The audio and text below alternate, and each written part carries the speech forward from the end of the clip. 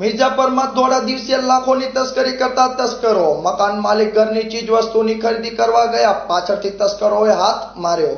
ભુજના મિર્જાપર ગામમાં પંચાયત પાછળ આવેલા કે નગરમાં રહેતા 50 વર્ષીય આધેડના મકાનમાં તસ્કરો ત્રાટક્યા હતા। ઘર માલિક સમા ઇસ્માઇલ સુલેમાન બપોરના 11 વાગે ગામમાં ઘરની ચીજ વસ્તુઓ લેવા માટે બહાર નીકળ્યા હતા। તે દરમિયાન કોઈ જાણભેદુ શખ્સોએ ચોરીની ઘટનાને અંજામ આપ્યો હોવાનું અનુમાન લગાવાઈ રહ્યું છે। અમારું નામ છે ઇસ્માઇલ સુલેમાન, ગામ મિર્જાપર, કે નગર પંચાયતની પાછળ ઘર છે મારું।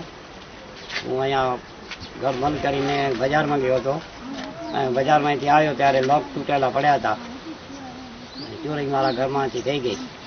મારું 11 વાગે હું ઘરે અહીંયાથી નીકળી ગયો અને 12 પાછો આવ્યો 12 વાગે, ત્યારે લોક તૂટેલો પડ્યો હતો, તાળો દીધેલો હતો નહીં।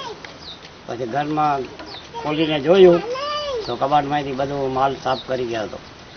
ચોરી થઈ ગયો ઓછામાં ઓછો 3 લાખ જેવી છે।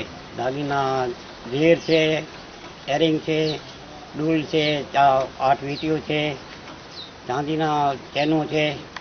ફરિયાદમાં પોલીસવાળા પાસે ગયા હતા। પોલીસ અહીંયા આવીને જોઈને તપાસીને લખાણ કરીને હાલી ગઈ।